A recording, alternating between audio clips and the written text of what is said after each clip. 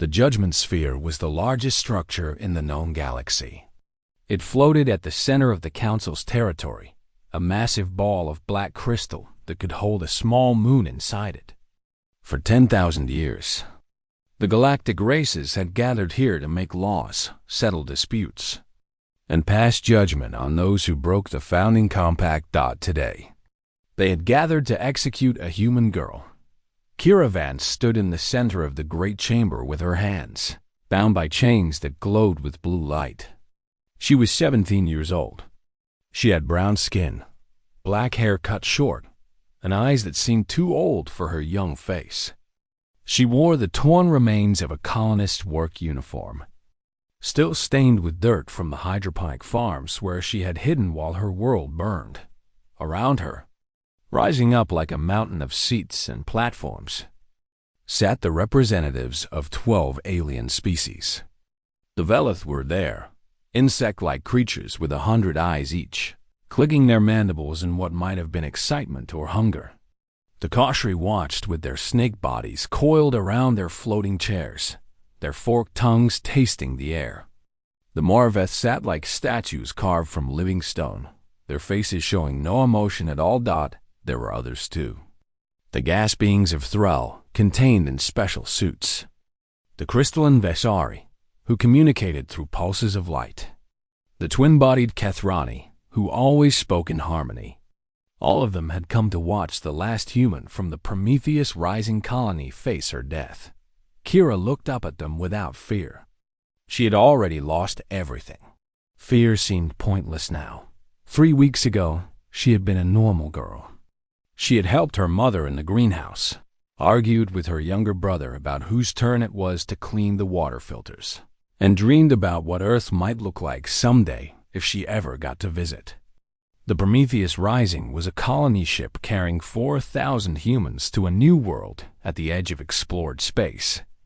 They had traveled for 60 years in frozen sleep, and when they woke up, they found a beautiful planet with blue oceans and green forests and everything they needed to build a new home.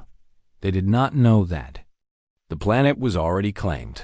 The Council's peacekeeping forces arrived 2 months after the colonists landed.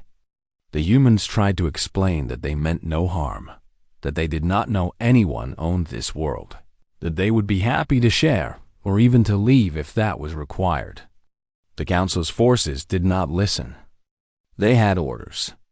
The orders said that humans had violated the founding compact by settling on prescribed territory. The punishment for this crime was death. Kira had been in the deep section of the hydroponics bay when the attack began. She was checking on a batch of tomato plants that were not growing properly. She heard the explosions first, then the screams. By the time she reached the surface, her colony was already burning. She saw her mother running toward the medical center, probably to help the wounded. A beam of white light came down from the sky and turned her into ash. Kira did not remember much after that. She remembered hiding. She remembered crying until she had no tears left. She remembered being found by soldiers with too many arms and taken to a ship that carried her here, to the Judgment Sphere, to answer for the crime of being born human. Now she stood before the Grand Arbiter, and she felt something stirring inside her that she did not understand. Grand Arbiter Vexillion was not like the other aliens in the chamber. He was made of light and shadow woven together, a being that seemed to exist only halfway in reality. When he moved, the air around him bent and twisted. When he spoke, his voice came from everywhere at once, vibrating through Kira's bones. He had served as the highest judge of the Galactic Council for 10,000 years. He was considered immortal, unkillable, beyond the reach of any weapon or any force. The other species treated him with something close to worship. He looked down at Kira like she was an insect. "Human designation Kira Vance," he said, and his voice made the crystal walls hum. "You are charged with the crime of existence within prescribed territory. The evidence against you is the testimony of the peacekeeping forces who found you on the planet, designated KV-7741, also known as Council Reserve World 445. Do you deny this charge? Kira's throat was dry. I was born on a ship, she said. I didn't choose where it landed. Your intentions are not relevant. The founding compact is clear. No primitive species may settle on reserved worlds. Your species was warned when your first ships left your home system. Your leaders chose to ignore those warnings. The responsibility falls on all humans, including you. What warnings? Kira asked. We never received any warnings. We didn't even know other species existed until silence. The Arbiter's form flashed brighter, and Kira felt pressure against her mind, trying to force her to be quiet. She pushed back against it without knowing how. Your ignorance is not a defense. The law is the law. The gallery of alien observers made sounds of approval. To them, this was simple. Humans were a Category 7 primitive species, barely capable of interstellar travel, with no representation in the Council, no rights under the Compact, and no value worth considering. Executing one more of them was less important than choosing what to eat for dinner. The Arbiter raised what might have been a hand. The punishment, as decreed by the founding compact, is termination. This sentence will be carried out immediately. Have you words before judgment is rendered? Kira looked around the chamber. Thousands of eyes watched her. Compound eyes, snake eyes, crystal eyes, stone eyes. None of them saw her as a person. None of them cared that she had dreams and fears and memories. None of them cared that she had loved her family, that she had wanted to grow up and see the universe, that she had done nothing wrong except be born to a species they had decided was not worthy of life. Something clicked inside her mind. It felt like a door opening. It felt like waking up from a very long sleep. She smiled. Just one question, Your Honor. Her voice was steady now, stronger than it had been before. Do you know why humans are the only species in the galaxy that plays games where we pretend to kill each other? We have done it for thousands of years. Long before we knew you existed. We practice fighting in our stories, in our games, in our dreams. Do you know why? The Arbiter's form flickered. Irrelevant. Your primitive cultural behaviors are not. It is because we were practicing, Kira said. We were getting ready. For you, her chains exploded. The chains did not break. They did not unlock. They simply stopped existing, turning into blue dust that fell through the air like glitter. The quantum bonds that held them together, the same technology that could restrain a Moravith war captain or hold a black hole in place, meant nothing at all. For one heartbeat, the entire judgment sphere was silent. Then the alarms began. Every security system in the chamber activated at once. Red lights flashed. Shields made of pure energy snapped into place around the council seats. Defense turrets emerged from the crystal walls, targeting the small human girl who stood in the center of the floor. The AI that controlled the sphere began screaming warnings in 100 languages, trying to explain what was happening. It could not explain. Nothing in its programming could account for what Kira Vance had just done. Kira looked down at her hands. The skin was glowing faintly, a soft golden light coming from somewhere deep inside her. She did not understand it. She did not need to understand it. She just knew, with absolute certainty, that she had always been able to do this. Every human could. They had simply forgotten. The Arbiter's voice thundered through the chamber. Restrain the human. Execute immediately. Plasma bolts flew toward Kira from every direction. Gravity fields tried to crush her. Neural disruptors attempted to shut down her brain. The Council's defense systems represented 10,000 years of technological advancement. Weapons that had defeated 100 rebellions and subdued entire civilizations. Kira raised one hand. The plasma bolts curved around her and splashed against the crystal walls. The gravity fields bent away from her body like water flowing around a stone. The neural disruptors found nothing to target, as if her brain had moved somewhere they could not reach. She began to walk toward the Arbiter. The gallery of alien observers was screaming now. The Velith were climbing over each other, trying to escape. The Koshari were slithering toward the exits. Even the stone-faced Moravith were moving, their massive bodies crashing through seats as they fled. They had never seen anything like this. Their oldest histories did not contain stories of a single being walking through their greatest weapons like they were toys. Only one observer did not flee. Counselor Yethra, eldest of the Koshari, remained in her seat. She was over 800 years old, ancient, even by her species' long-lived standards. She had read text that others had forgotten. She had seen hints and whispers in the oldest archives. Now she watched the human girl with something that might have been recognition.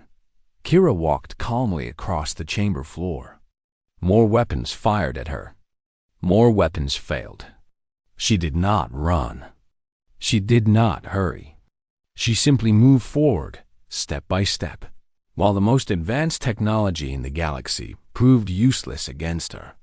The Arbiter was backing away now, his form of light and shadow flickering with what could only be fear. He had existed for 10,000 years. He had judged civilizations. He had never retreated from anything. "What are you?" he demanded. "What are you?"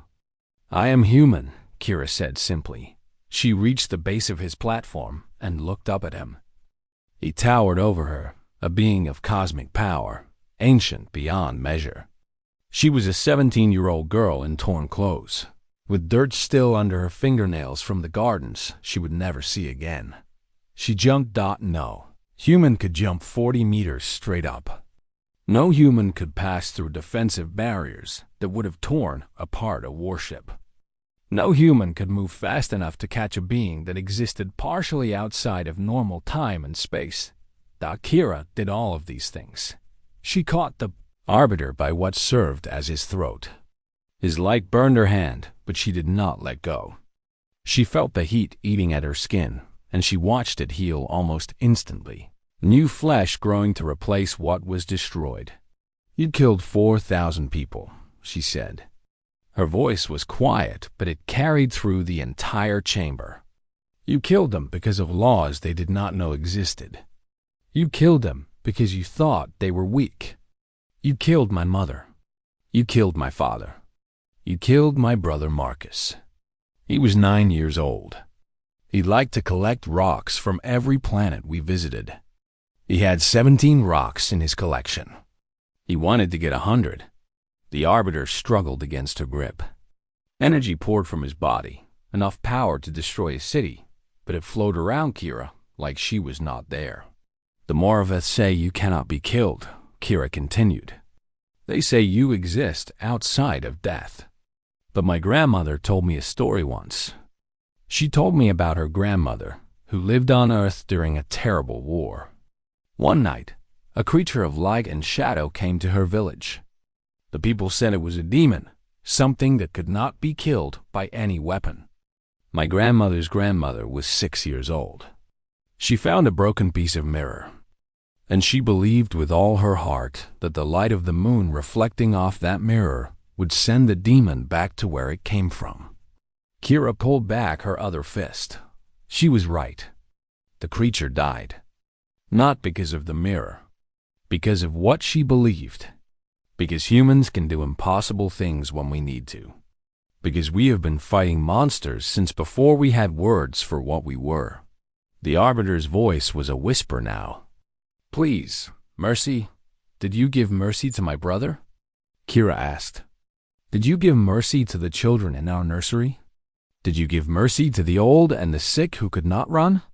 She could see the fear in him now, pure and absolute.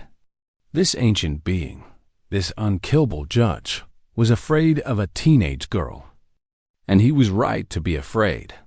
"Here is the truth about humans," Kira said. "We are not a Category 7 primitive species. We were never primitive.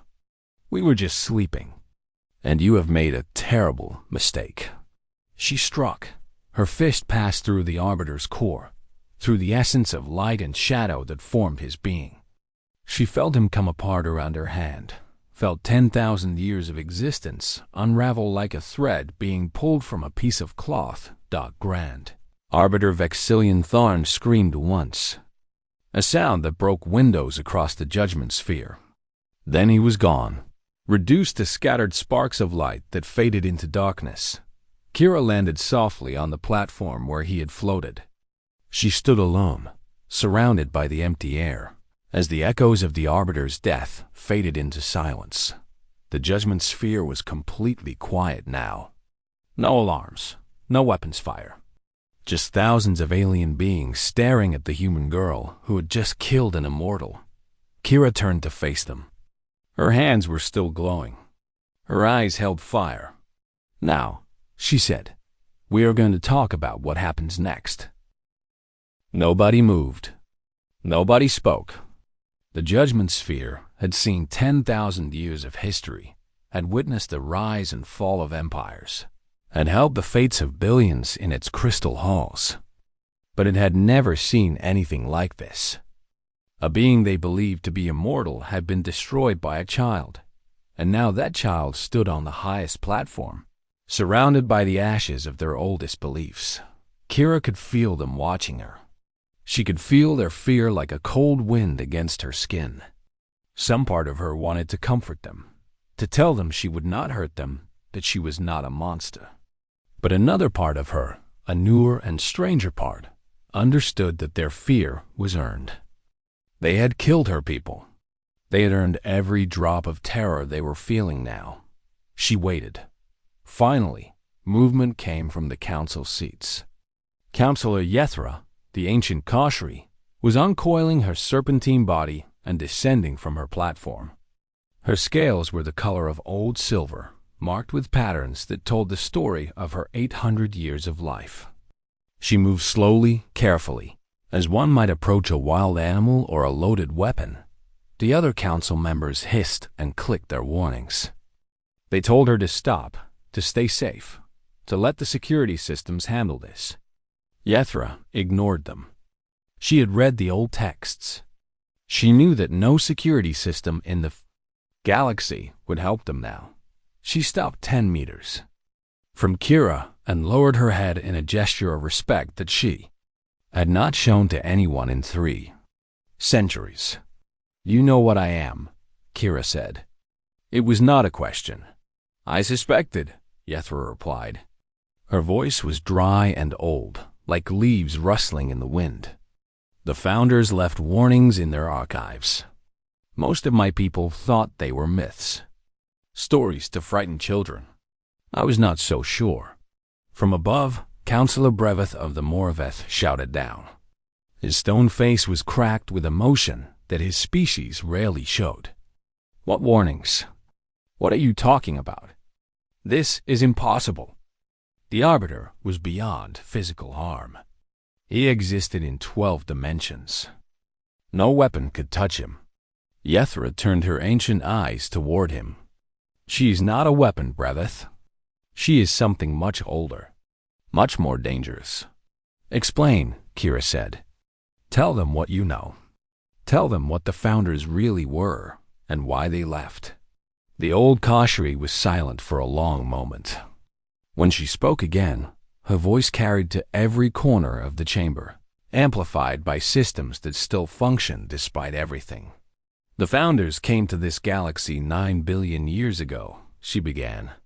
"We do not know where they came from originally. We do not know what they truly looked like. What we know is that they were ancient beyond measure, powerful beyond understanding. They could reshape planets. They could create life.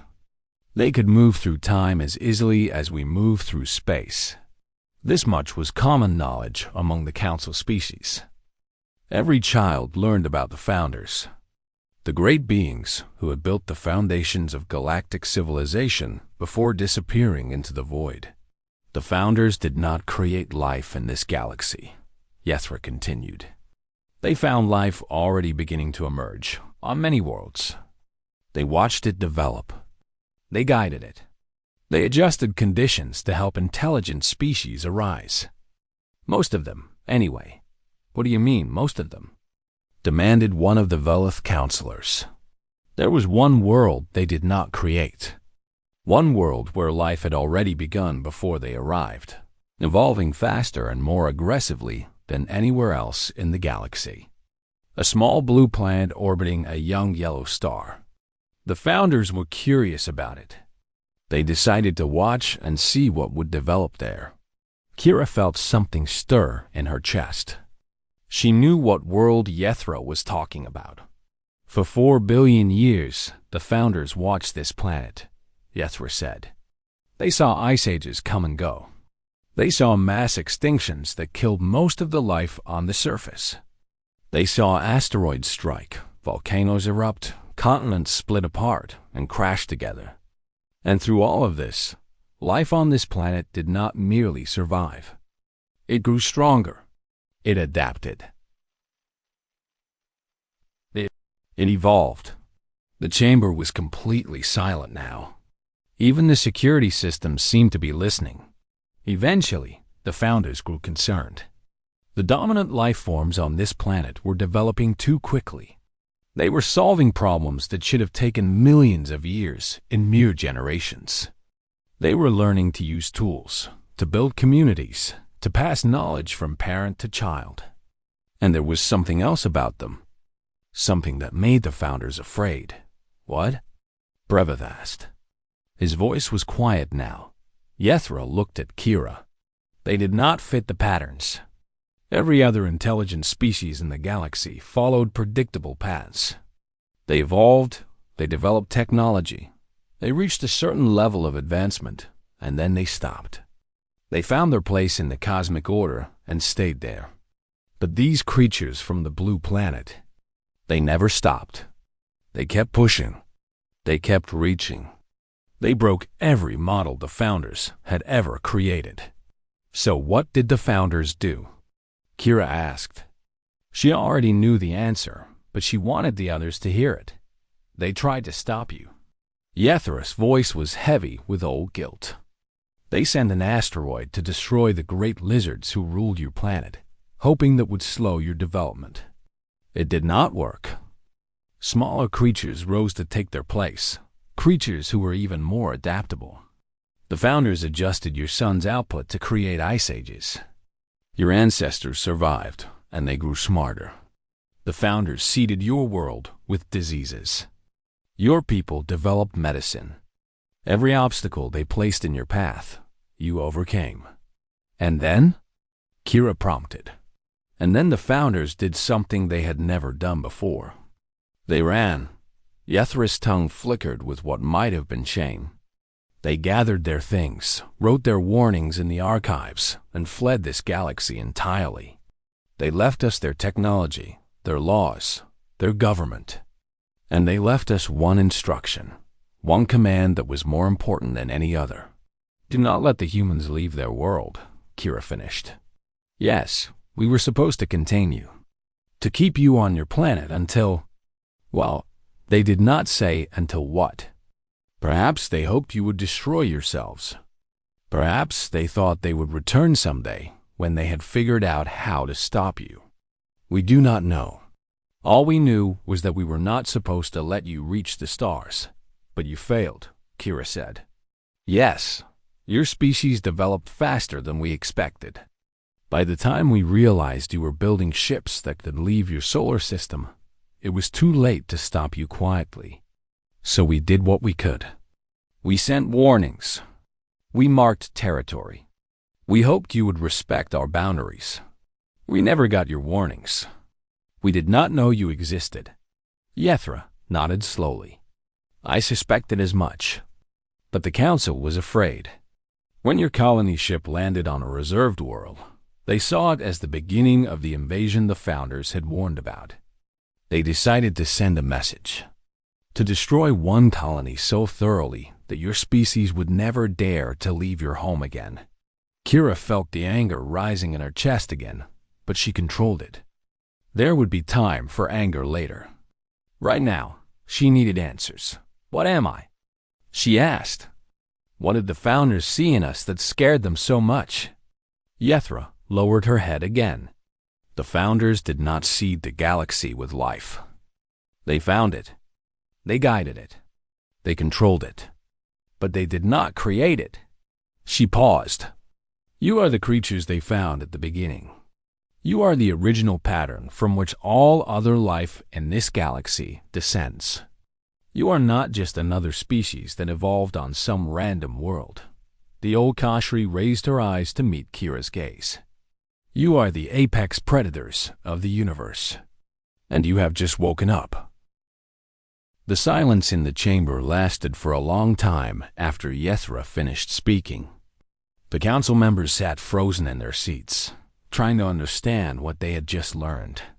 Everything they believed about the galaxy, about their place in it, about the natural order of things, had been turned upside down in a single afternoon. Kira stood on the platform where the Arbiter had died, looking out at the sea of alien faces.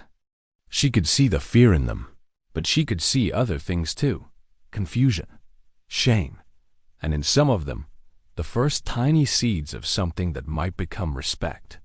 So you knew, she said finally. Your leaders, your founders, they knew what we were. And instead of talking to us, instead of treating us as equals, they tried to kill us. For billions of years. They were afraid, Yethra said. Fear makes people do terrible things. Yes, it does. Kira thought about the peacekeeping forces that had burned her colony. She thought about the soldiers with too many arms who had dragged her from her hiding place. They had been afraid too, following orders from beings who were afraid, who were following warnings from ancient creatures who had been afraid. Fear all the way down, like a chain made of terror, stretching back to the beginning of the galaxy. She was tired of fear. Here is what is going to happen, Kira said. Her voice was calm, but it carried to every corner of the judgment sphere. The council systems amplified it automatically, as if even the machines knew they should listen. You are going to contact Earth. You are going to tell them everything. The truth about the founders. The truth about the compact. The truth about what happened to the Prometheus Rising. All of it. Councillor Breveth stepped forward, his stone body scraping against the crystal floor. And if we refuse? Kira looked at him. Just looked, with eyes that glowed faintly gold. The Moraveth was 3 meters tall and weighed more than a small vehicle. His species was known throughout the galaxy as the greatest warriors, the most fearless fighters. He held her gaze for exactly 4 seconds before looking away. I am not going to threaten you, Kira said. I could kill everyone in this chamber, destroy this sphere, turn your council into dust. I can feel the power inside me now. I understand what I am. But threatening is what the founders did. Threatening is what you did to my people. I am done with threats. She walked to the edge of the platform and sat down, her legs dangling over the 40-meter drop below. It was such a human gesture, so casual and ordinary, that several of the watching aliens made sounds of confusion. I am asking you, Kira continued. I am asking you to help me make this right. Not because you are afraid of me, but because it is the right thing to do. 4,000 people are dead. Nothing will bring them back. But we can stop this from happening again. We can build something better than what the founders left you. Build what? Yethra asked. Her voice was curious now, not afraid. I do not know yet. That is why we need to talk to Earth. We need to talk to other humans, people who are smarter than me, who know about politics and diplomacy and all the things I never learned. I am 17 years old. I spent my life growing tomatoes on a spaceship. I am not the right person to decide what happens next. She smiled slightly, and for the first time since entering the chamber, she looked like what she was, a teenager, tired and sad and completely out of her depth. But I am the person who is here. so I will do what I can." The council members began to talk among themselves. Kira could not understand most of what they were saying, as the automatic translators were struggling to keep up with a dozen languages spoken at once. But she caught fragments. Some were arguing that they should fight, that they should gather their fleets and destroy Earth before more humans could awaken to their power. Others were saying that fighting was useless now, that if one human girl could kill an Arbiter, a whole planet of them would be unstoppable. And some, a small but growing number, were saying something else. They were saying that maybe, just maybe, this was an opportunity. The founders had run away.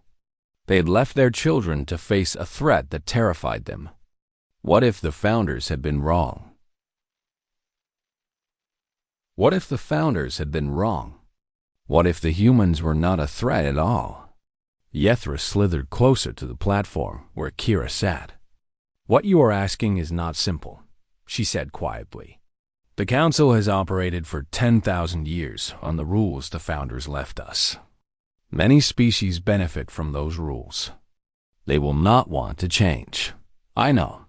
And even if we contact Earth, there is no guarantee that your people will be forgiving. They have already lost one colony. They may want revenge." Kira thought about this. She thought about human history, about all the wars and conflicts and terrible things people had done to each other. She thought about how angry she had been when she killed the Arbiter, how easy it had been to let go of mercy, to become something cold and terrible. "Some of them will want revenge," she admitted. "Humans are not perfect. We have done terrible things to each other throughout our history. But we have also done something else. Again and again, we have chosen to forgive. We have chosen to rebuild. We have looked at our enemies and decided that the future matters more than the past. How can you be sure your people will choose that path?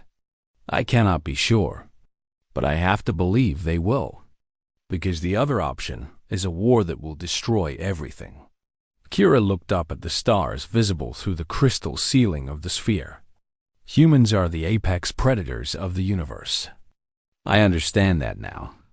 But do you know what apex predators actually do in nature?" Yethra tilted her head, curious. "They do not just kill. They balance. They keep the ecosystem healthy. They prevent any one species from growing too large and destroying everything else. The best predators are not the most violent ones. They are the ones who know when to hunt and when to let live." She turned back to Yethra. "That is what I want us to be. Not conquerors. Not destroyers. Guardians. We can protect the galaxy instead of terrorizing it. But we cannot do it alone. We need partners. We need friends. We need you." The old Kashri was silent for a long moment. Then, slowly, she lowered her head in the deepest gesture of respect her species could show. "I will speak to the Council," she said. "I cannot promise they will agree. But I will try. That is all I ask." Yethra turned and slithered back toward the Council seats. Kira watched her go, feeling the weight of everything that had happened pressing down on her shoulders. She was so tired. She wanted to sleep for 100 years. She wanted to go back to her hydroponic bay and worry about nothing more serious than whether her tomatoes were getting enough sunlight, but that life was gone. She had a new life now, whether she wanted it or not. 3 hours later, the Council voted. It was not unanimous. 3 species voted against contacting Earth, arguing that the risk was too great. But 9 species voted in favor, and under the rules of the compact, that was enough. A message was sent. It traveled at faster than light speeds, bouncing through relay stations that the humans had never known existed. It reached Earth in 17 minutes. It said, "To the people of Earth, this is the Galactic Council. We have made terrible mistakes. We have wronged your people in ways that cannot be fully repaid. We are ready to talk. We are ready to listen. We are ready to change. Please respond." The galaxy held its breath waiting to see what the humans would say. 3 months passed. Kira spent most of that time in a small room on the Judgment Sphere, waiting and watching and trying to understand her new abilities. She learned that she could move things with her mind, though it took effort. She learned that she could heal from wounds that would kill anyone else. She learned that she could sense the emotions of beings around her, like a faint whisper at the edge of her thoughts. She also learned that she was not the only one. As news of what happened spread to Earth, other humans began to awaken. A factory worker in China lifted a car off a trapped child. A grandmother in Brazil walked through a burning building without harm. A soldier in Australia stopped a bullet with his bare hand. The power was waking up in all of them, triggered by the knowledge of what they truly were. The Earth governments were terrified at first. They had barely accepted that aliens existed, and now they learned that their own species was something far stranger than they had ever imagined. There were debates in the United Nations that lasted for days. Some leaders wanted to hide the truth, to pretend that nothing had changed. Others wanted to strike first, to destroy the Council before they could threaten Earth again. But in the end, a different voice won out. It came from ordinary people all over the world, people who watched the recordings of Kira standing before the Council and heard her words about forgiveness and guardianship. It came from scientists who understood that war would destroy everything.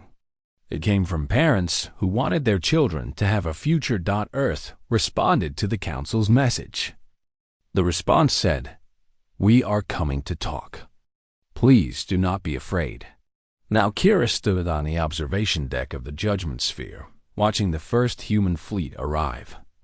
There were 12 ships in total, each one carrying diplomats, scientists, doctors, and engineers. They did not carry weapons. They carried food supplies for the Veloth hives that had been struggling with a famine.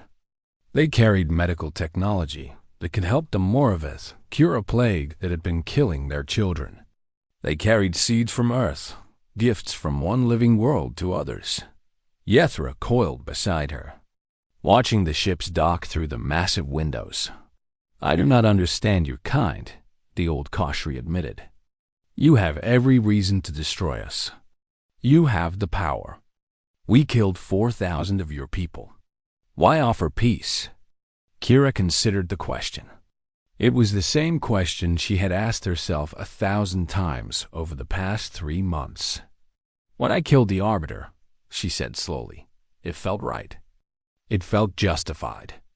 He had sentenced me to death. He represented everything that had taken my family from me. For a moment, I felt powerful and righteous and free."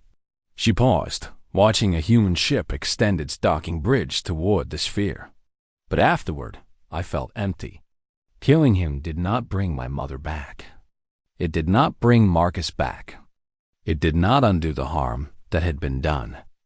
It just created more pain, more fear, more reasons for people to hate each other." She turned to face Yethra.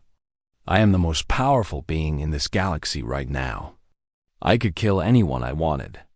I could make empires bow before me. And that power is terrifying, not because of what others might do to stop me, but because of what I might become if I use it wrong." "So you choose peace out of fear?" Yethra asked. "No, I choose peace because it is harder." Kira smiled slightly. "Revenge is easy. Killing is easy. Any animal can do those things. But building something, creating something better than what came before, that is hard.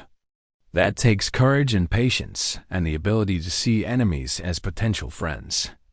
That is what makes humans different from simple predators." More ships were arriving now. Not just human ships, but Veloth and Kashri vessels, and even a few massive Moraveth cruisers. They were forming a protective formation around the diplomatic fleet, aliens and humans working together for the first time in history. "The founders thought we were monsters," Kira continued. "They looked at our history and saw only the wars, only the violence, only the times when we hurt each other. But they missed the other part of the story. They missed the part where we always eventually learn to live together. We fight, and then we forgive. We hate, and then we heal. It takes time. Sometimes it takes generations. But we always find our way back to each other. And you believe you can do the same with us? With species you have only known for months? I believe we can try. Kira watched as the first human diplomats stepped off their ship and were greeted by a delegation of council representatives. She saw humans and aliens shaking hands, or whatever served as hands for the different species. She saw fear giving way to curiosity, and curiosity giving way to something that might become friendship. That is what the founders never understood, she said. Being the apex predator does not mean being the biggest killer. It means being the one who decides what the world becomes. We can choose to make a world of fear and death. Or we can choose to make a world where everyone has a chance to grow and learn and become something better. She felt the power humming inside her. The ancient force that her species had carried for billions of years without knowing it. She could use that power to dominate. She could use it to destroy. But she had chosen a different path. The galaxy is our responsibility now, Kira said. Not because we conquered it. Because we woke up and found it broken, and we are the ones who can fix it. That is what predators do. They take care of their territory. They make sure the weak are protected, and the strong do not abuse their strength. They keep the balance. Yethra was silent for a long time, watching the ships and the people and the beginning of something new. The founders were wrong about you, she finally said. Yes, they were. And maybe someday, when they see what we have built here, they will come back. Maybe they will understand that they did not need to be afraid. What will you do if they return? Kira smiled, a real smile this time, one that held hope instead of pain. I will invite them in for dinner. I will show them what we have created. And I will tell them that they are welcome to be part of it if they want to be. No threats. No ultimatums. Just an invitation. She turned away from the window. That is how you change the galaxy. Not through violence, but through kindness. Not through fear, but through love. She walked toward the docking bay, where her fellow humans were waiting. There was so much work to do. Trade agreements to negotiate. Refugee camps to establish for the displaced. Technologies to share. Wounds to heal on, but for the first time since she had hidden in that hydroponic bay while her world burned. Kira Vance felt something like peace. 100 years later, the Galactic Compact had become the Galactic Family. Humans served as peacekeepers and mediators, using their powers to protect the weak and maintain balance among the stars. They did not rule. They did not conquer. They simply helped, as partners and guardians and friends. The other species never completely stopped being a little afraid of humans. That was probably healthy. A little fear keeps people honest. And in the center of the Judgment Sphere, now called the Harmony Sphere, a statue stood in the main plaza. It showed a 17-year-old girl with fire in her eyes and broken chains at her feet, reaching out her hand not to strike but to offer help. The inscription at the base read, "We came in peace. We were met with war. We responded with mercy. This is who we are." And below that, in smaller letters, a warning and a promise that every species in the galaxy had learned to respect. We are humanity. We protect what we love. And we love everything. The end.